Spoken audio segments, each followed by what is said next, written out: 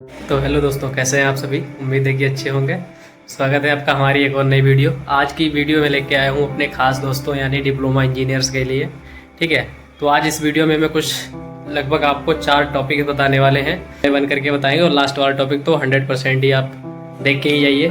ठीक है, तो आज मैं टॉपिक बताने से पहले ये बात बता दूं आप लोगों को कि डिप्लोमा मैकेनिकल इंजीनियरिंग, ठीक है, ये एक ट्रेड है, लेकिन इसके अंदर भी कुछ ऐसे पॉइंट्स आते हैं जिसमें अलग अलग सेपरेट जाके आप अपना फ्यूचर बना सकते हैं किसी एक पर्टिकुलर फील्ड में। ठीक है, तो आज उन्हीं पॉइंट्स पर हम बात करने वाले हैं। ठीक है, चलिए स्टार्ट करते हैं।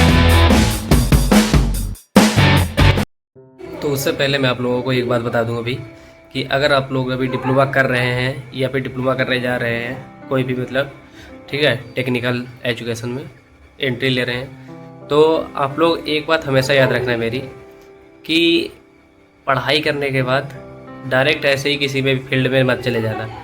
पहले से अपना नीश जो मतलब गोल जो है वो डिसाइड कर लेना कि मुझे इन फ्यूचर क्या करना है, किस फील्ड में जाना है, उसी पे पार्टिकुलर आप वर्क करो हमेशा, और उसी पे एकदम फोकस्ड होकर के रहो।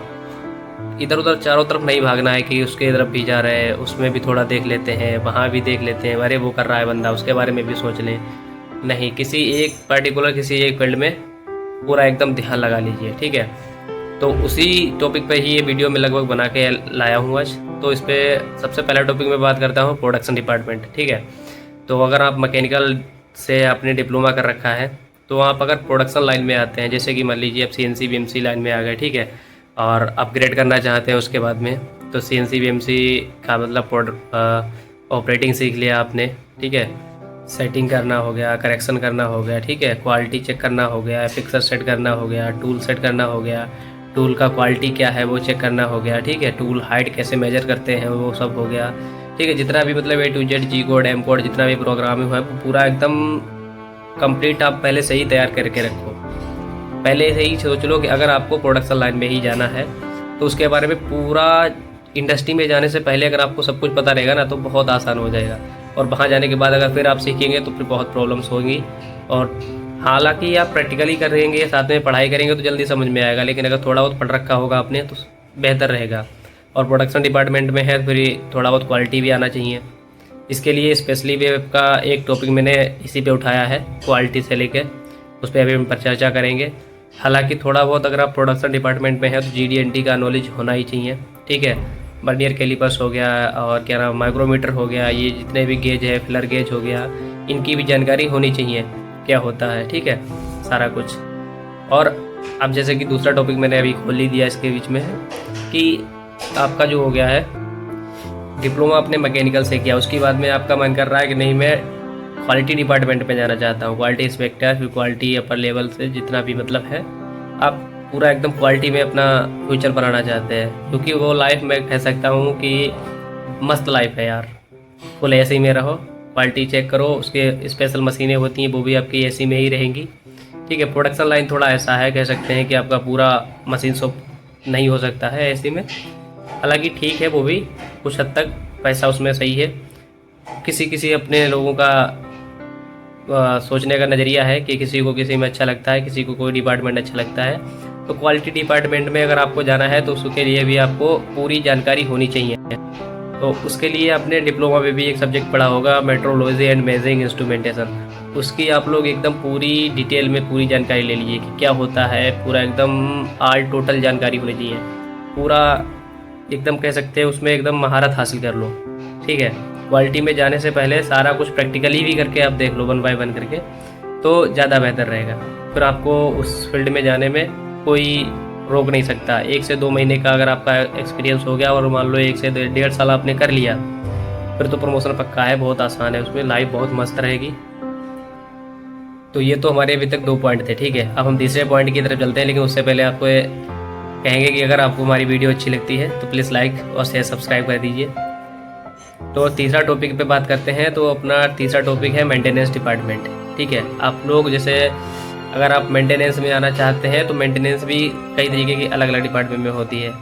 ठीक है, अब कहीं कहीं होता है कि मेंटेनेंस आपकी जैसे कि आपका CNC BMC का मेंटेनेंस हो गया, ठीक है, या कह सकते हैं कि आप कहीं बस हो गया, ट्रैक्टर हो गया, ट्रक हो गया, ठीक है, कार हो गई, उसकी मेंटेनेंस डिपार्टमेंट में सर्विस सेंटर हो गया, उसकी आप वहाँ जाना चाहते हैं। इसमें क्या है ना, सबसे बढ़िया बात ये है कि अगर आप 1 से 2 साल काम करते हैं, काम सीख लेते हैं, तो डायरेक्ट आपका प्रमोशन बहुत जल्दी होता है, ठीक है। इसमें आपका किसी का रेफरेंस लगे ना लगे, काम हो जाएगा अगर आपके पास नॉलेज है अच्छी, ठीक है। तो ये बढ़िया डिपार्टमेंट है, थोड़ा हालांकि कह सकते हैं इसमें हाथ पैर आपके काले होंगे, ठीक है।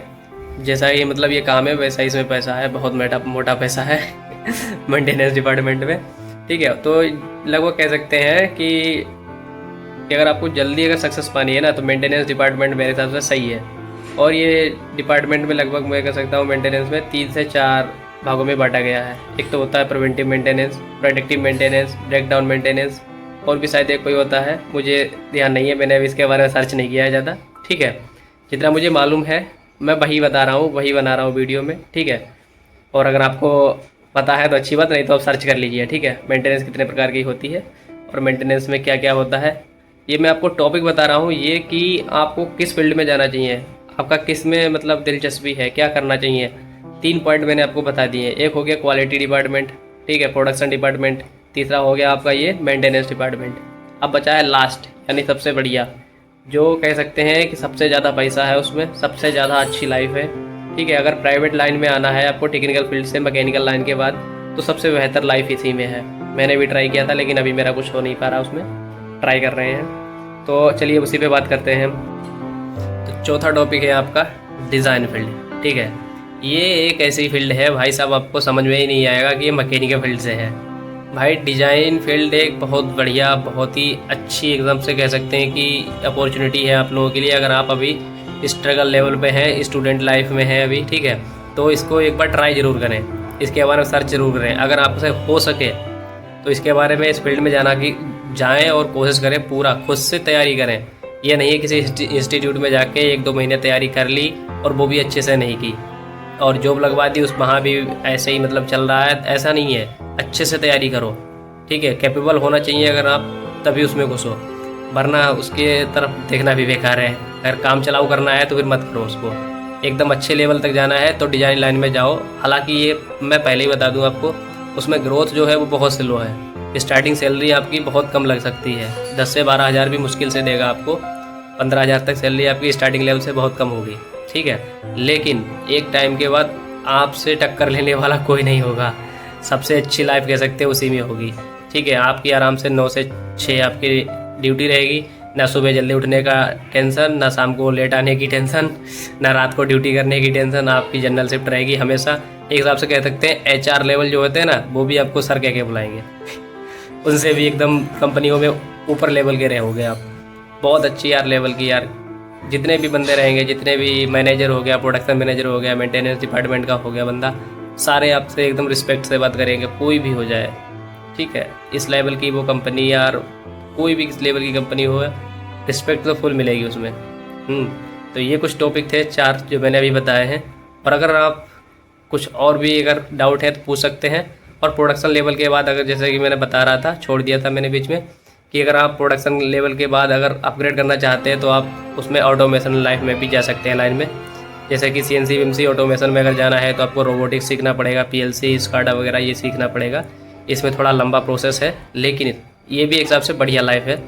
और अगर इसमें भी आप जाते हैं तो बहुत अच्छी लाइफ बन सकती है आपकी, क्योंकि ऑटोमेशन में कह सकते हैं टाइम तो लगेगा, लेकिन अगर अच्छी जानकारी हो गई तो ये भी बहुत अच्छा हो सकता है आपके लिए। तो हो सकता है आपको ये वीडियो अच्छी लगी हो। मिलते हैं एक और नई वीडियो में। ये वीडियो मेरी यहीं पर ख़त्म होती है, और अगर कुछ डाउट है तो आप पूछ लीजिए। तो वीडियो को सब्सक्राइब जरूर कर लीजिए हमारे चैनल को। मिलते हैं एक और नई वीडियो में, तब तक के लिए जय हिंद, जय भारत।